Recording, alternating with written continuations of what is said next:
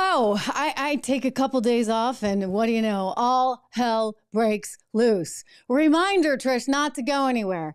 Wow, this news cycle is pretty incredible to keep up with. Welcome, everyone, to the Trish Regan Show. We're brought to you in part by LegacyPMInvestments.com, 1-866-589-0560 if you're interested in investing in precious metals right now. But let's go straight to the fireworks happening there in New York City as Donald Trump is taking no prisoners now. And I'll tell you on this one, he's absolutely right. Things have spiraled entirely out of the control to the point where we now have a government that feels a heck of a lot more like Venezuela way down in Banana Republic than the USA. Here is Donald Trump furious, as he should be, about Leticia James and her sham lawsuit. Watch. Okay. Thank you very much. This is a continuation of the single greatest witch hunt of all time. We have a rogue judge who rules that properties are worth a tiny fraction, 1/100th, a tiny fraction of what they actually are. We have a racist attorney general who's a horror show, who ran on the basis that she was going to get Trump before she even knew anything about me. She used this to run for governor. She failed in her attempt to run for governor. She had virtually no polling. She came back and she said, well, now I'll go back to get Trump again. And this is what we have. It's a scam. It's a sham. Just so you know, my financial statements are phenomenal. They are actually less in terms of the numbers used than the actual net worth. The actual net worth is substantially more. No bank was affected. No bank was hurt. They don't even know why they have to be involved. And they've so testified. They can't believe that they're involved because they were paid back on time. There were no defaults. There were no problems. And it was like a perfect client. In the meantime, people are being murdered all over the sidewalks of New York. There was no victim here. The banks were represented by the best, biggest, most prestigious law firms in the state of New York, actually in the country. Some of the biggest and best law firms, in all cases, the biggest and best law firms. That's who represented them. The banks got back their money. Again, there was never a default. There was never. In other words, there's nothing for anybody to be upset about. You know, typically a lawsuit would come forward because, banks would say, gosh, we didn't make any money on this loan. We lost money on this loan. Therefore, our customers lost money on this loan. We're going to go back and say, wait a second, did you fill out all the paperwork correctly? And, maybe the U.S. government or the New York government would get involved in that case because they'd say, oh, well, you weren't doing your part to protect the consumers. But no. Nobody actually lost any money in this particular case. This is what makes it so unbelievably bizarre, so egregious, frankly.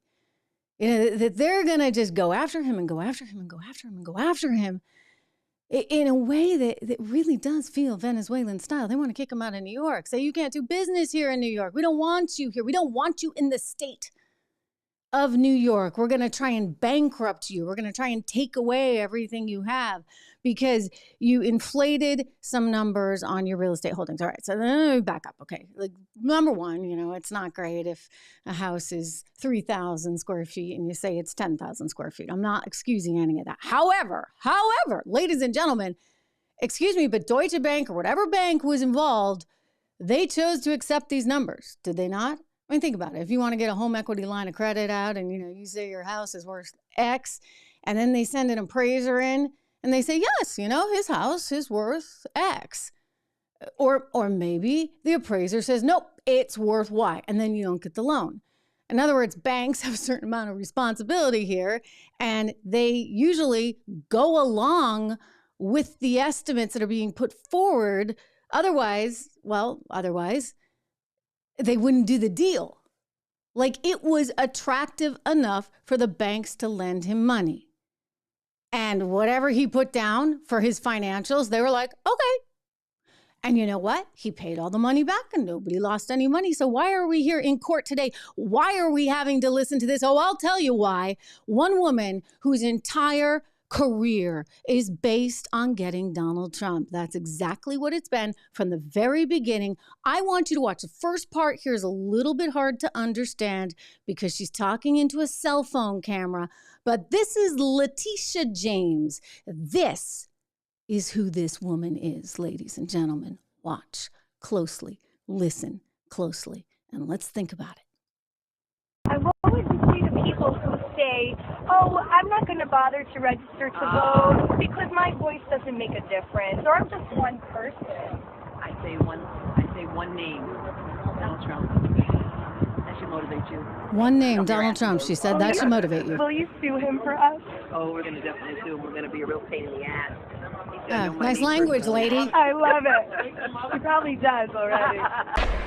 He built his wealth off the backs of New Yorkers. We need to focus on Donald Trump and his abuses. We need to follow his money. We need to find out where he's laundered money. All of those transactions have happened here in New York City. Tell this president and every other individual that no one is above the law. I said the bottom line is that Bottom line, there's a little music in there, so I'm going to fast forward this one only because there's rules about playing the music, and I want to be cautious. But we'll move on because there's more. This woman is something else. running for Attorney General because I will never be afraid to challenge this illegitimate president when our fundamental rights are at stake. A legal system where even the most powerful in the country cannot use a loophole to evade justice. We must do our job to ensure that the man currently occupying the Oval Office is held accountable to any and everything he has done. You see where this is heading. You see where this is going. This is a woman who has one axe and one axe only to grind. Her entire mission in life, her entire political purpose, the reason she's been able to raise money, the reason she is the AG there is why? Because she promised to go after Donald Trump. And she's going to go after him any which way she can, even if the case doesn't make sense, as in this particular situation. I mean, he explains it. Look, the banks got their money. So where is the crime? I ask you. The best law firms, that's who represented them. The banks got back their money. Again, there was never a default.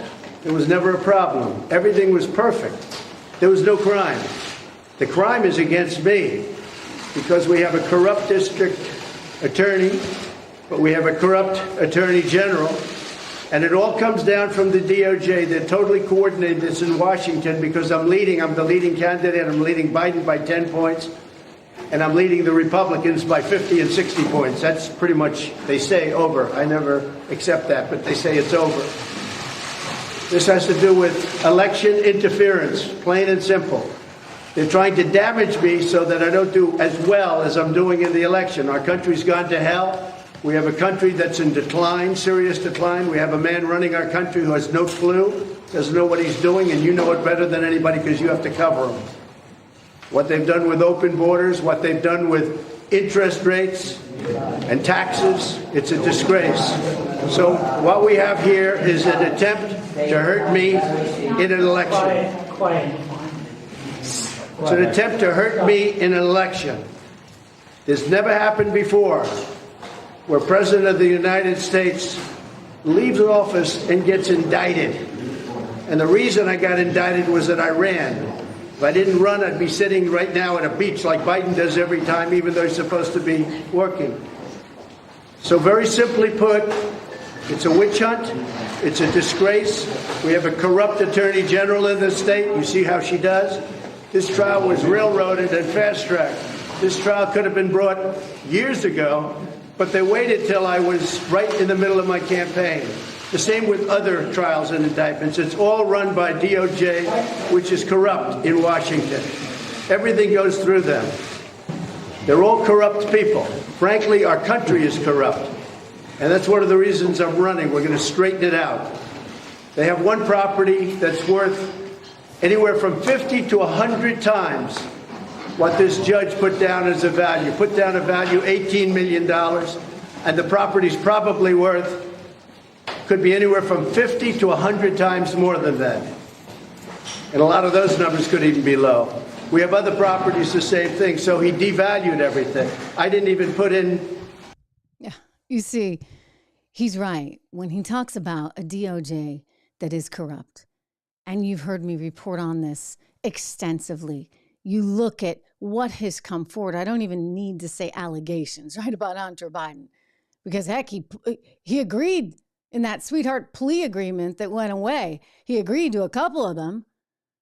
I mean, for goodness sakes, I mean, he's out there lobbying, even though he wasn't allowed to because President Obama said up to all his personnel, your family cannot lobby. He didn't bother to register as a foreign lobbyist. He gets all this money from all these overseas clients, which, by the way, are all pro fossil fuel, right? He's working for all energy companies. Go figure on that one. I love how they're all like, oh, so anti fossil fuels, and yet their families, CGI, the Clinton Global Initiative, they get a lot of money from all those fossil fuel places. Think about that. Anyway, we know the corruption because we've got whistleblower after whistleblower after whistleblower, 3 of them now, coming out and saying they couldn't bring charges in Delaware. They couldn't bring charges in California against Hunter Biden because, well, you know, the big guy has a lot to say.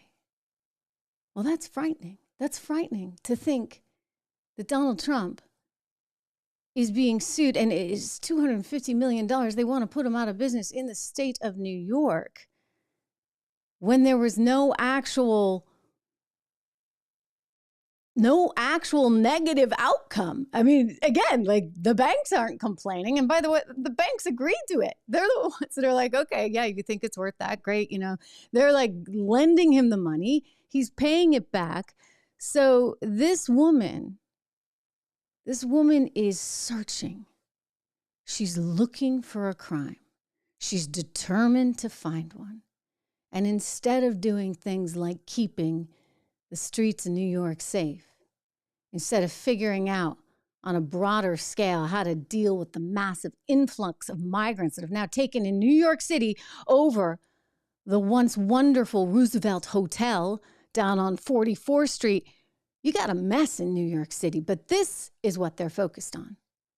Because you see, they can't allow Donald Trump to win. And right now they're terrified he will. They're terrified he will because, well, the polls suggest, in fact, he will. He's up 10 points now. Just look at the recent ABC News Washington Post poll. And the more this kind of stuff happens, the more it boomerangs, the more it backfires.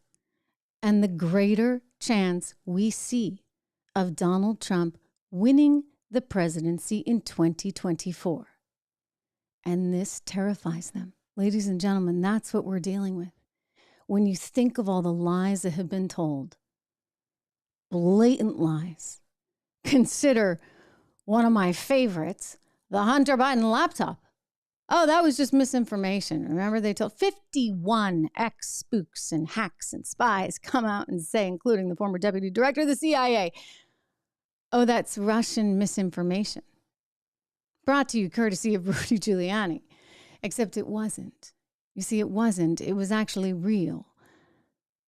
And what we've since learned is that there are a lot of shenanigans. These are still in the allegation front, but consider what has indeed been alleged. This is frightening. Because I'll tell you, if Joe Biden had anything to do with this, and I just allegations, we'll wait to see how this all proves out. But I have a feeling he knew a thing or two, just maybe. And Comer's discovering every day new stuff, including $250,000 that was sent to Joe Biden's house from China. Kevin McCarthy's true coalition partner on all things of substance is... We'll get to that. We'll get to that in a moment. I want to talk about Matt Gaetz and I want to talk about McCarthy. But really and truly, we have what feels to me like a very corrupt situation on our hands. So corrupt and so alarming that I think we really have to question the direction of this country. If they're willing to do that to him, what are they willing to do to you? Or to me? Or to anyone else who doesn't agree with their point of view? That's what is frightening right now. They so badly do not want him to run because he could win. And so they're going to keep this coming. I mean, you look at all these indictments, multiple 91 counts, right, that we've seen. This whole thing is separate with the civil suit. 91 counts, including he's being indicted because he retweeted something from a news organization that they're saying was false information. I'm sorry, do we not have a First Amendment anymore? Does it not matter? I don't think it does. I think it's whose side are you on? And they don't know how to deal with sort of the onslaught of information that is coming your way. Quick reminder to subscribe here. If you have not subscribed, do me that favor. Make sure that you subscribe. It's actually really important because, again, the establishment doesn't like that we can talk about these things in an open, free way. And I'm looking at so many of you, again, joining us. You know, Jody, Paul, I agree. It is disgusting to watch this. Absolutely. I'm horrified by the direction our country has gone in. It is wrong on every single level. I know you guys are also talking about this judge who apparently was laughing in the courtroom today, who has his own biases. I mean, ultimately, I think what happens is this thing gets appealed and it gets thrown out. But the fact that they're doing this in the first place, that tells us a lot. And it tells us that they will go to whatever length is necessary to keep Donald Trump from winning again. They're fine with the likes of Joe Biden, who can barely stand. We learned he's actually taking physical therapy. Good. I'm glad he is. Physical therapy so he can learn not to fall at major events like the Air Force Academy graduation. We've got a guy who's mentally really not cognitively totally engaged. That would be Joe Biden. And Trump's right. You know, he spends every weekend at the beach and then some. I think 40% of the time he's been in office, he's been on vacation. And then they get this little whippersnapper in the background, Gavin Newsom, saying, oh, I'm not going to run. Yeah, right. They might have to run him because it is very clear Donald Trump will beat Joe Biden at this moment in time unless they can find a way to bankrupt him and put him behind bars. It's going to be Trump. Because the more this crazy stuff happens, the more people say enough. I've had it. Like, you guys have just gone too far. Maybe I didn't like Trump, but you know what? He's growing on me. That's what a lot of people are saying. He's growing on me because I don't like it when government gets too big for its own good. One of the benefits of this country is that we have always tried to keep government in check. If we can't do that, if government fully runs wild, then the people have no say. This is a government designed to be run by the people, right? For the people. So this is who they're looking at putting forward. None other than Mr. Gavin Newsom, who has been a train wreck and then some in the state of California. I don't like this guy. I have deep respect, reverence for Joe Biden as a person, his character, his decency, and his capacity to do great things. That's why I'm not worthy of that conversation. This guy deserves it. And we, as members of the party, deserve to have his back more forcefully and none of the nonsense. All this, these quiet conversations you've been in, we've all been in, folks talking about the back that become headlines. And we're all chasing that right now. We got to get on the team. We got to get this guy reelected, and we got to stop all the navel gazing and the hand wringing. Yeah, right. So why are you out there doing all those media rounds? I just wonder, Gavin. I mean, you know. There's a reason, right? And the reason is because I think you know, I know, everyone knows that Joe Biden may not make it. And I say that with disappointment. He's the president of the United States, but he's getting up there. He's too old. He's too feeble. His mind is not what it once was. Never that it ever was all that much. Let's be perfectly honest with each other, right? He's never been what I would consider a rocket scientist in any way, shape, or form. He's also got a nasty temper that has been on display, well, since I was 10 years old and first heard him campaigning in New Hampshire. That's how long this guy's been at it. Anyway, on top of it, he's got a allegedly corrupt son. I'm being careful. But what the heck is Hunter doing out at the state dinner with India just hours after he signs a sweetheart plea deal, which, by the way, gets us right back to what Donald Trump was saying in terms of that corrupt DOJ? There he is, looking all dapper, putting on the tuxedo at the state dinner. Hunter Biden rubbing elbows with what, new clients? Now that your dad's pops is president, you can get even bigger deals. I mean, this is, I think, just appalling. And it's good that it's getting exposed. Hats off to Comer for doing so. But we've got to think about our future. We got to think about how this stops. We got to think about how we weed out corruption. And we got to think about how we weed out establishment that is willing to crush anybody who dares to think differently. Look, the left has always done this. Let's be perfectly honest. It used to be that the Bushes were the most hated people. And Reagan was so hated. Well, now it's Trump, and it's, I would say, in fairness, the hate has ratcheted up to a level we probably didn't even quite think we could comprehend back in the days of Bush or Reagan or other Republicans. But it's there, and it's because he's willing to call them out straight to their face. Joe Biden, Barack Obama, they go behind the scenes, you see. They'll make sure that they do whatever they can to make sure certain stories are dampened, that they pull the right strings and they get the right kind of deals for people like Hunter. I mean, imagine, this blows me away. So the guy, Hunter, doesn't pay some $2.2 million in taxes, all while daddy's standing up there saying, you got to pay your fair share.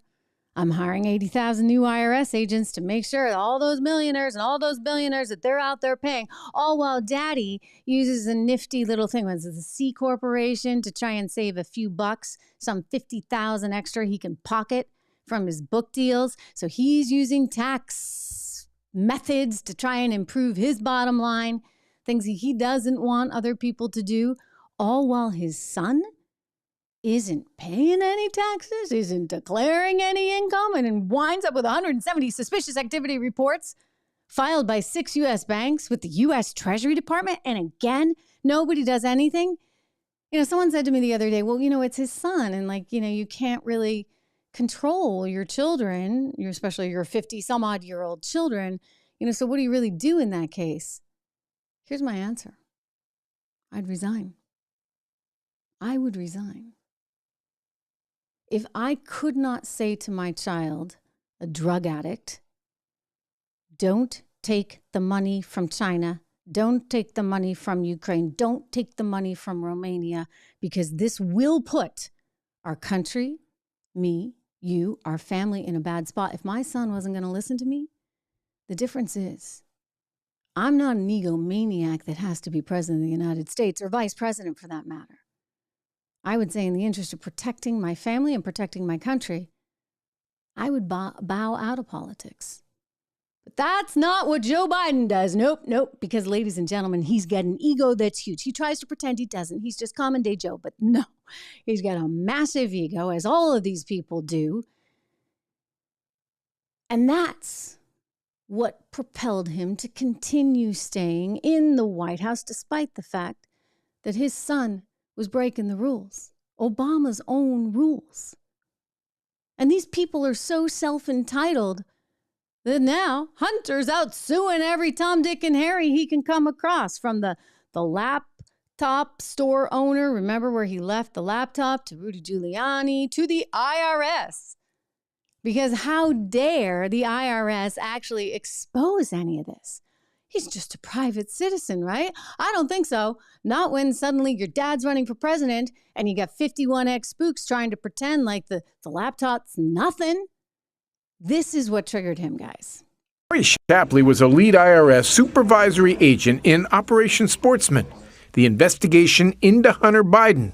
Shapley said he uncovered conduct that warranted more serious charges. There were personal expenses that were taken as business expenses.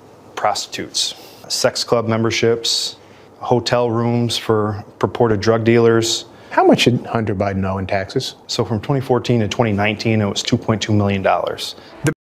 Ugh. That's a lot of money. It's a lot of money when your dad's whole platform is that everybody has to pay more on top of it. I mean, rules for thee, but not for me. That's the mantra here. And this is what America is so fed up with. This is why Donald Trump has the appeal he has. Granted, they were tired of it. They were sick of it. You know, in 2020, I kept saying to people, look at the policy, make sure you watch the policy. Because Joe Biden, he ain't got no policy, excuse my French, but this is a man who had nothing. He just sat in his basement, looked at a teleprompter, and promised to be a nice guy. I'm sorry, but being president of the United States is a whole lot more than that. It's about actually having ideas.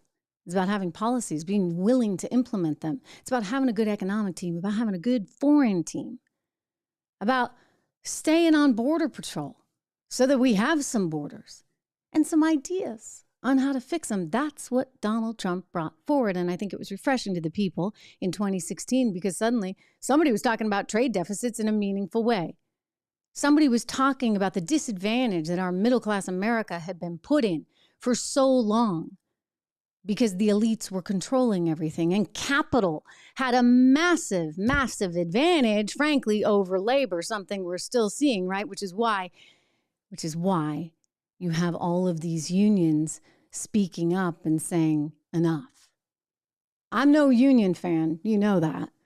But I will say that something has happened on the way to the forum when we in America can no longer ensure that somebody can have a middle-class lifestyle because the people that are investing in the companies make all the money and the middle class gets the shaft. Yeah, that is a problem. It is a problem, and it's going to continue to be a problem until someone comes along to fix it. So all of a sudden, and Michael Moore got this so right. Remember when he gave that very big speech in Detroit and he said it's going to be a giant FU to the establishment, and gosh, it's going to feel so good for these people. He got it right because people had it. And then, you know, the drama of the 4 years in the White House, and of course, the lockdowns, I said at the time, did I not? And got in a whole lot of trouble for it, but it's better because I'm now here directly with you. But I said this is a mistake. You cannot shut down the economy. By the way, you're just playing right into the Democrats' hands. That's what they want. Don't shut down the economy. You need a strong economy to fight this thing. Protect the people that need to be protected. I mean, we hardly did that. Just look at Chris Cuomo, forgive me, his dad there. Cuomo and the nursing homes and sending people with COVID in, mixing them with the elderly. We did everything wrong, nothing right. And so they were able to use that against him. People were fatigued and suddenly Joe Biden's in office. But you know what? Not for long, not for long. It's going to be Donald Trump, or it might even be, dare I say, RFK. The rumor is he's going to be announcing. He's going to be announcing very soon. And I think this is quite telling because if you think about it, the Republicans have had a shakeup. They've sort of taken that status quo and turned it upside down via Donald Trump. And now there's an opportunity for the Democrats to do the exact same thing. I mean, they kind of were trying to do it there with Bernie Sanders, but Bernie, you see, is too indebted. Bernie didn't have the independence to say, to hell with you, I'm going to run as an independent. I'm going to mess this all up because I have the conviction to do this. Bernie wanted to go back to the Senate and continue his job, you know, go along, get along. RFK, on the other hand, different animal. He doesn't have to go back to the Senate. So he can be that agent of change on the Democrat side, which means even more bad news for Joe Biden. More bad news because a lot of people that might have voted for Joe Biden, they're going to vote for RFK. And if they vote for RFK, it's a Perot type thing, right? You know, you're taking more votes away from Biden, who's barely got any as they are. And then you're left with major, well, problems for the Democrats. I mean, I look at it as an opportunity to try and get things right. You know, I was talking about the middle class and how shortchanged people really have been. Donald Trump at the recent Fox debate was out there in Detroit talking to those union workers, promising them that, you know, we'd continue to make cars in America and we'd make cars that ran on gas. I'm all for green energy. I think, hey, you know, go for it, but don't do it in such a way that leaves everybody in the interim out. It's not right. It's not fair. People are struggling already enough. And you want to make it worse while the elites all collect the money from the foreign fossil fuel companies over in China, over in Romania, over in Ukraine? I mean, like, if I were, you know, a conspiracy theorist, I might actually question why that is. I might actually wonder why it is that we're trying to suppress our energy production while simultaneously having so many of the elites on the bankrolls of these foreign energy companies, as Hunter Biden was, where they're trying to promote their own use of fossil fuels. These are questions Americans are asking. I was traveling recently and I was on the highway in the Northeast, and this was very interesting to me because, you know, I live in the Northeast and there's a certain political bias, shall we say, to the left in the Northeast. But you know what? There was a car going by me, pickup truck, and he had all his windows down. And this was the song I was hearing. I had to pull off on the side of the road and make this video. My adrenaline's pumping, man. I'm pissed. Well, if it weren't for my old dogs and the good Lord, they'd have me strung up in the psych ward. 'Cause every day living in this new world is one too many days to me. Son, we're on the brink of the next world war, and I don't think nobody's praying no more. And I ain't saying I know it for sure. I'm just down on my knees begging the Lord to take me home. I wanna go home. Now, I don't know which road to go. It's been so long. I just know I didn't used to wake up feeling this way, cussing myself every damn day. There's always some kind of bill to pay. People just doing what they're rich. It's hard, right? It's hard. Inflation is off the charts. It's not getting better. It's up 3.5%. Collectively, you're looking at upwards of 16% since Joe Biden came to office. Americans are hurting. Things are not getting better because the policy is not there. We don't have an energy policy. We don't have a good foreign policy. I know we're willing to give a lot of money to Ukraine. $24 billion was the recent ask. We were willing to shut down the U.S. government, apparently, over this. Rather striking, right? I think my reaction the other day was like, okay, like, try to pass a budget, guys. Like, you know, please, like, that's like the one thing you're supposed to do. I'm not somebody who's willing to shut down the whole system over things, but I do find it rather odd that you're entirely willing to shut down the U.S. government in order to keep Ukraine's open. And look, I get there's a lot of things at play, and I get the whole China argument in Taiwan and this, that, and the other. But we do have a problem with graft in Ukraine. We have a problem with corruption in Ukraine. And consequently, McCarthy is now finding himself in a very tough spot. I mean, a whole bunch of stuff. I've argued before. I feel like he's like whichever way the wind blows. It's very hard to get any kind of consistency out of him. But this time around, he did manage to get that little extension, at least for a month. But he's up against it. I want you to see Matt Gaetz. Kevin McCarthy's true coalition partner on all things of substance has been the Democrats this Congress. He worked with Democrats on the debt limit bill, and only Democrats are really campaigning on that bill. Republicans aren't campaigning on the debt limit bill. That was a Democrat bill passed with mostly Democrat votes.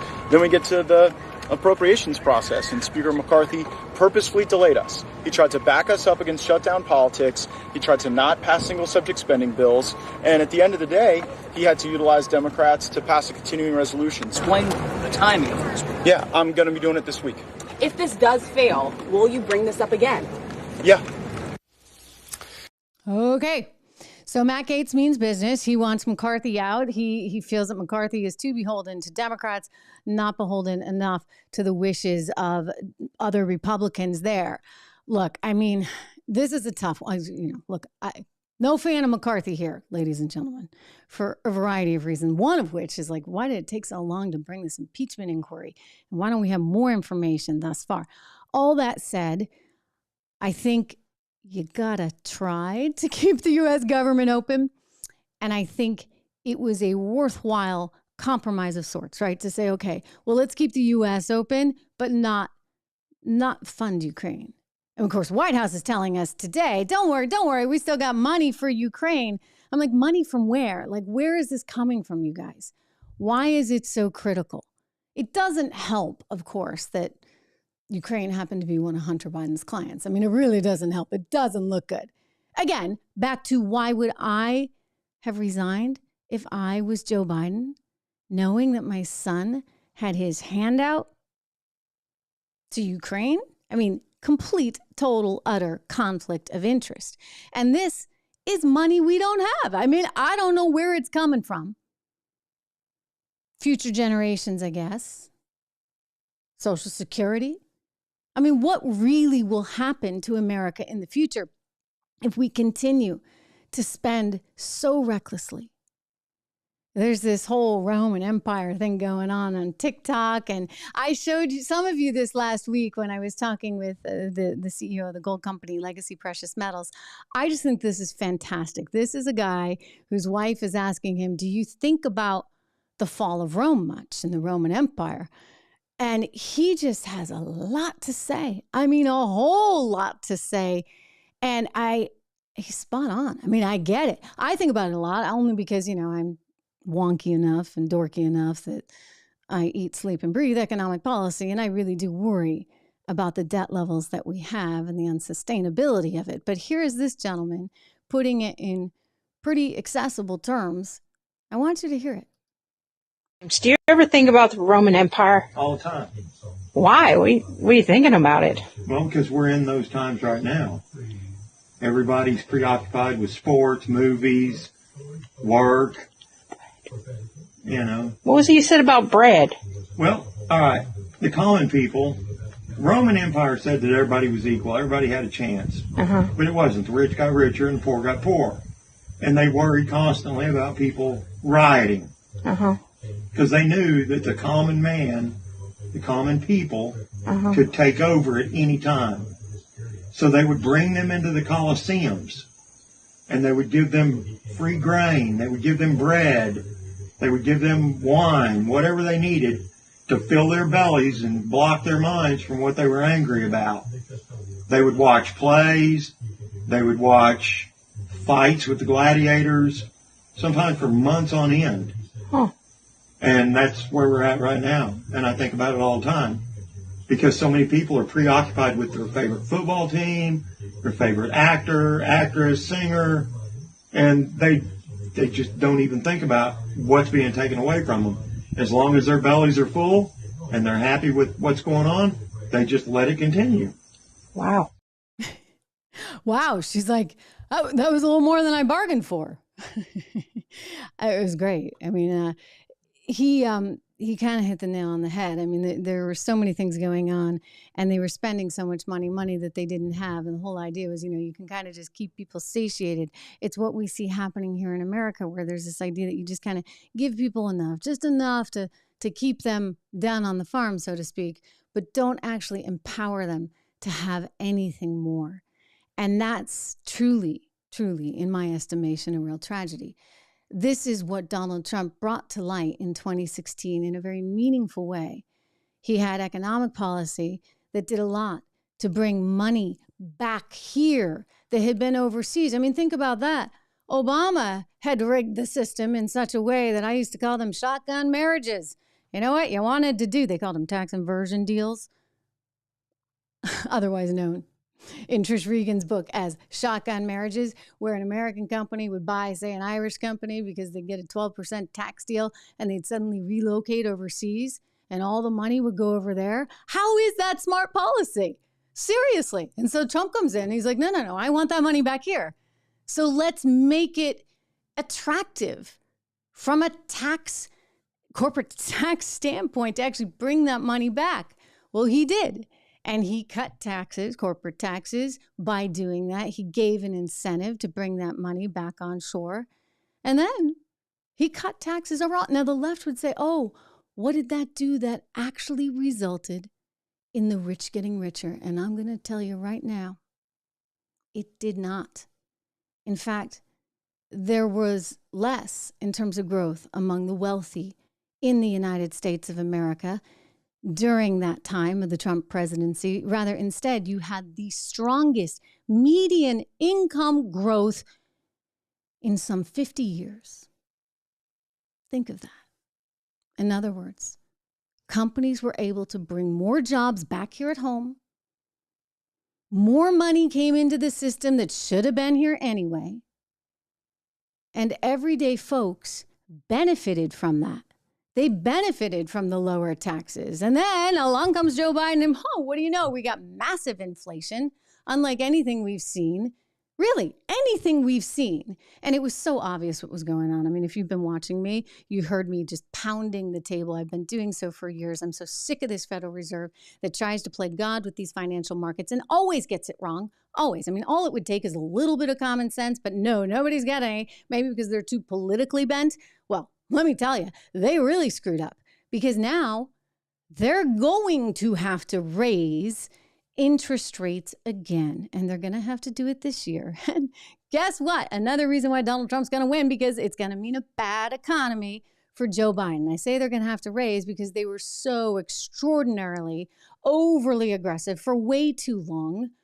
And consequently, the inflation has left the station, and that's bad because once that happens, you don't want to, you think back to the days of the Weimar Republic, when everybody's like taking a wheelbarrow full of Deutschmarks to go buy a loaf of bread, or think to other countries that have struggled with this, Argentina, Brazil, certainly Venezuela. In Venezuela, they don't even want pesos for toilet paper. The toilet paper is worth more than their actual currency because you can't just print as much as these people and some of these idiots in Washington, D.C. would like to think you can do that. You can't. There has to be an underlying value. And so Biden thought he could just buy everything. I mean, it's like Gavin Newsom, who, by the way, appointed that woman who used to be in charge of Emily's List. She's a black woman. That was all he cared about. We just have to have a black woman because apparently, nobody actually is colorblind. Nobody actually follows the ethics and morality of a Martin Luther King Jr. who didn't see color. No, it's all about color. So we have to put in a black woman for Dianne Feinstein, who of course just passed away on Friday at the age of 90. So there she is. She's going off to the Senate. And Gavin Newsom is doing this quite deliberately because, Gavin wants to take Joe's spot at some point. And he's trying to appease a certain group. In other words, just give him a little, give him a little, give him a little, or maybe give him a lot. Because his other big idea, and he voted for it, is to give every black in California that can prove they somehow descended from slaves $5 million, along with wiping out of all debt and lifetime health care.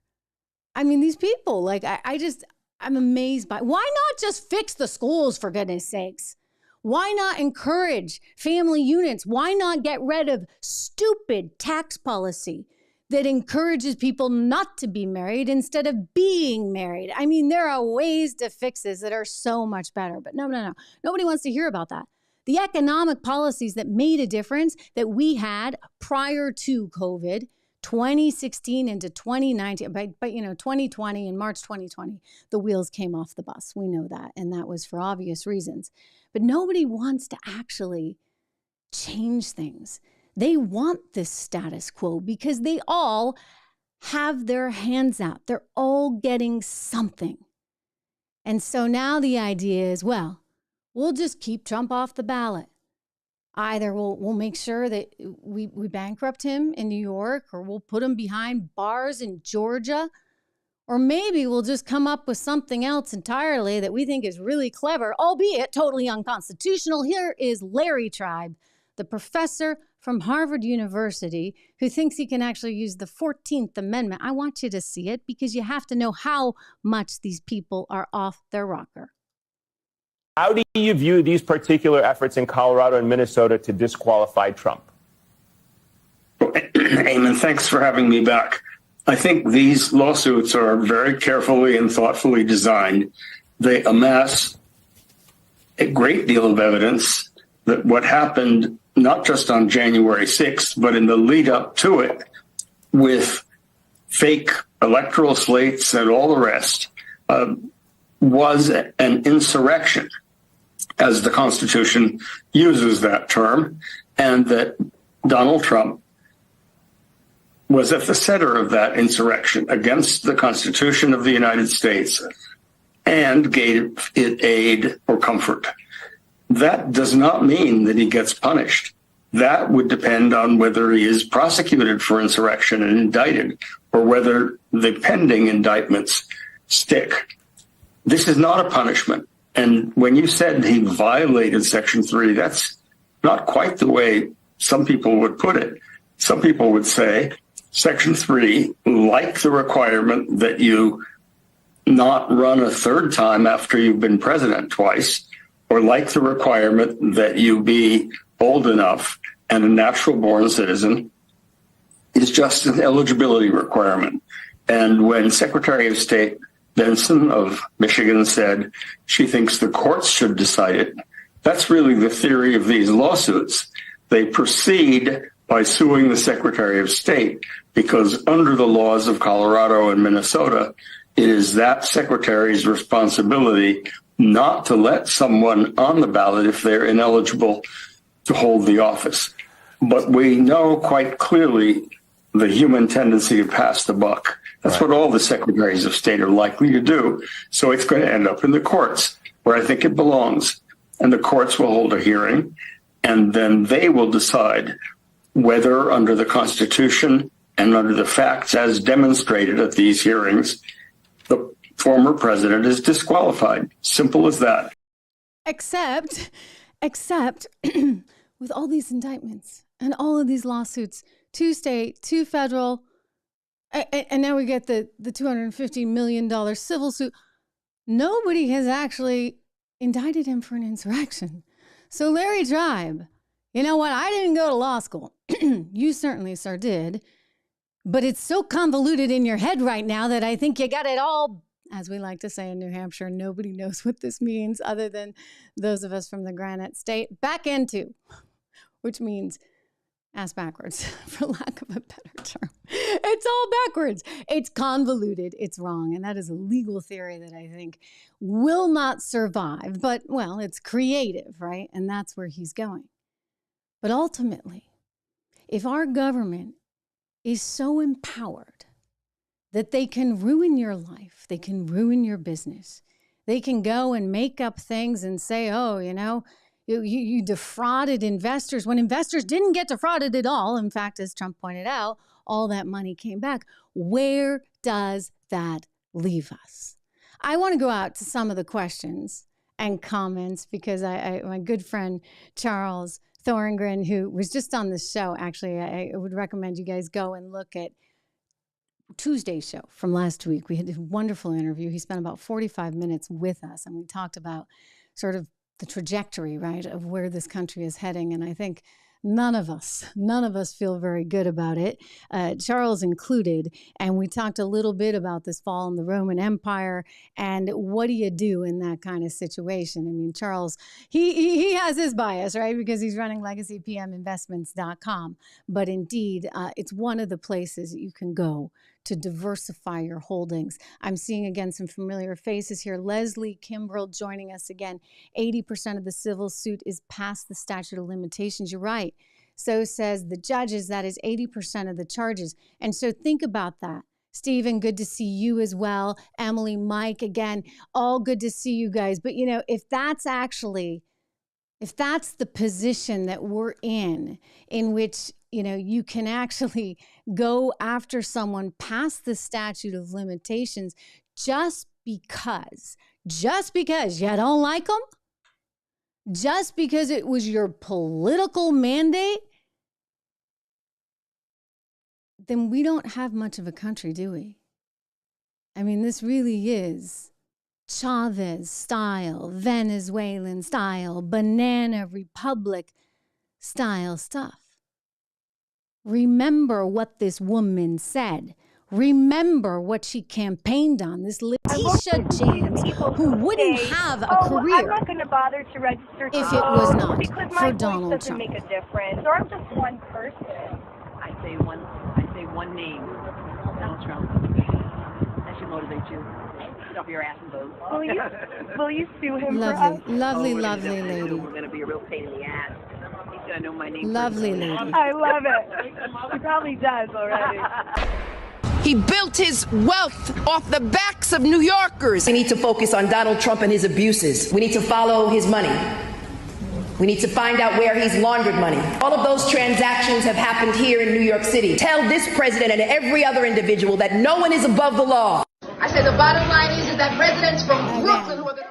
What a lady. You know, I want to leave you with this. Again, this comment from Donald Trump speaking out, you can hear the fury in his voice. You can hear the anger, the frustration. You know, he does a good job keeping it together most of the time. And, you know, people are like, you know, how do you deal with this pressure? And he's like, you know, like I sleep well at night despite it all. But you can tell, like, he gets it. Like, it's going too far, guys. It's gone way too far. This is not right.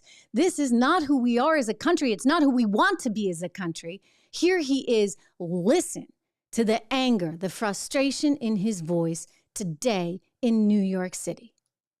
Okay. Thank you very much. This is a continuation of the single greatest witch hunt of all time.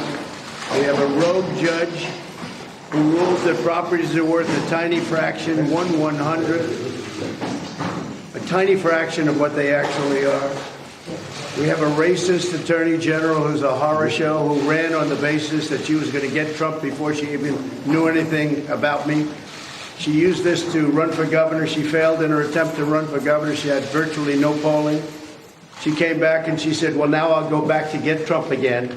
And this is what we have. It's a scam. It's a sham. Just so you know, my financial statements are phenomenal.